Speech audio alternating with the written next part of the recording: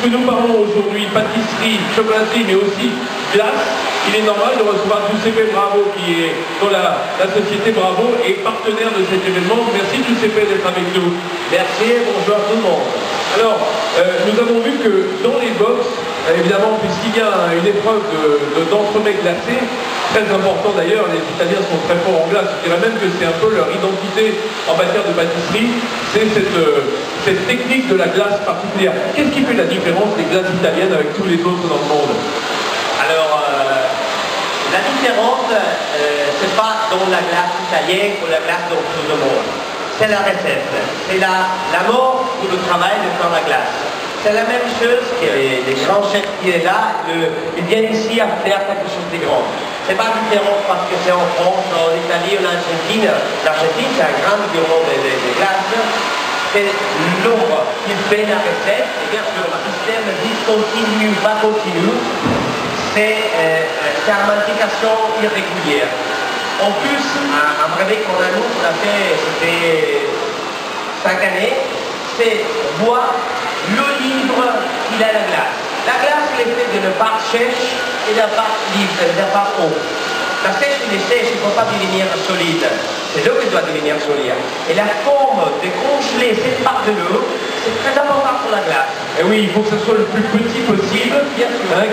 En fait, c'est un problème de congélation. Ça rentre dans la bouche. Les glaçons doivent être imperceptibles pour laisser le goût les autres. C'est pour ça qu'on met beaucoup de corps gras et que les glaces par rapport au sorbet sont toujours plus onctueuses. Bien sûr, le corps gras c'est très important. On peut avoir un glace d'hiver ou un glace d'été. La glace d'hiver c'est un glace plus forte, avec plus gras, plus riche. La glace d'été c'est un glace plus fraîche. Ouais, ouais. Mais ça dépend aussi du pays. Le pays du Nord aime beaucoup plus de glace, des gras, matière grasse, que le pays du Sud c'est beaucoup les matières liquides. Tu sais, j'ai envie de vous demander, lorsqu'on regarde le marché de la glace, qui est un marché qui me passionne, on s'aperçoit que les Français ne mangent pas beaucoup de glace par rapport aux anglo-saxons. C'est pas vrai. Les Français, je crois qu'ils sont des gourmands incroyables de la glace. Incroyables de la glace. Pourquoi? J'ai vu que c'est la façon de manger la glace.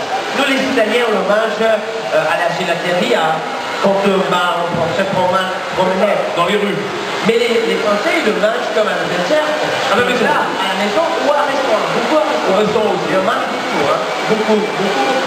Alors, lorsqu'on réfléchit sur les machines Bravo qui sont partout dans les box ce matin, c'est des petits modules, je pense.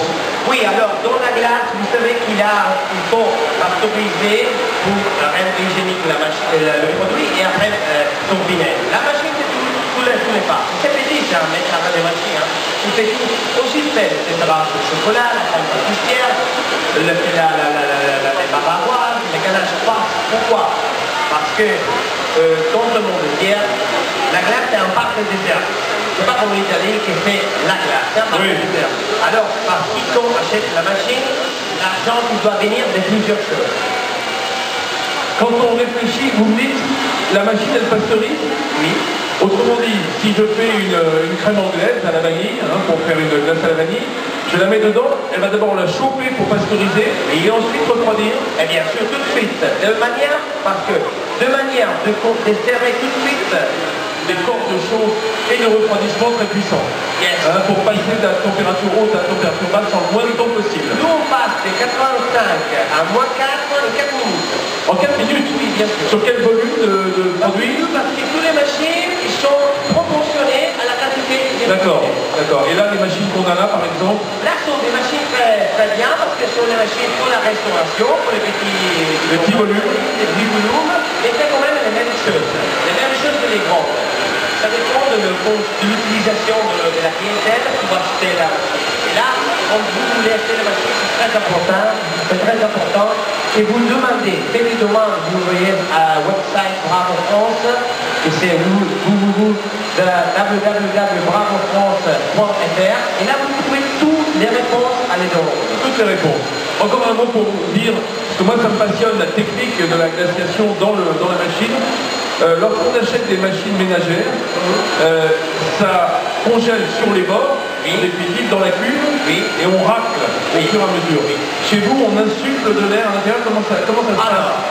Alors, la différence, c'est que c'est la même chose. Il faut refroidir dans les barrettes pour mettre la glace et après prendre la glace. Voilà, Oui, c'est-à-dire prendre sur la cuve, on refroidit et ensuite on brasse.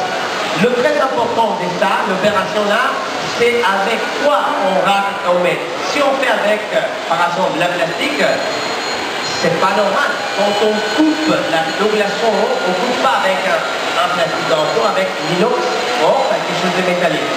Là, c'est très important. Le mélangeur que là dedans, le médiateur qu'on a dedans, c'est très important qu'il a l'inox pour vraiment réduire très fort le glaçon. Voilà. Voilà, pour résumer, vous l'avez compris, le travail de la glace, la technique de la chair, c'est peut-être pour ça qu'il y a une avance chez les Italiens, c'est qu'ils dominent ce sujet depuis des dizaines d'années, hein, depuis le début du XXe siècle. Et on a donc ce système, en quelque sorte, c'est un mélange des glaçons d'eau, hein, parce qu'il y a toujours de l'eau dans une glace, parce que c'est ça qui va geler, hein, et tout ce qui enrobe, c'est-à-dire tous les corps gras, ou tout ce qui est la matière sèche, hein, dans le fruit, qui va se mixer le plus finement possible. Il ne faut pas qu'on sente les glaçons sur la langue. Ok. Bah, merci, bravo, et je vous dis bravo, hein, bien entendu. Merci Giuseppe. Et on se retrouve, et merci d'être partenaire de cet événement. À bientôt. Voilà.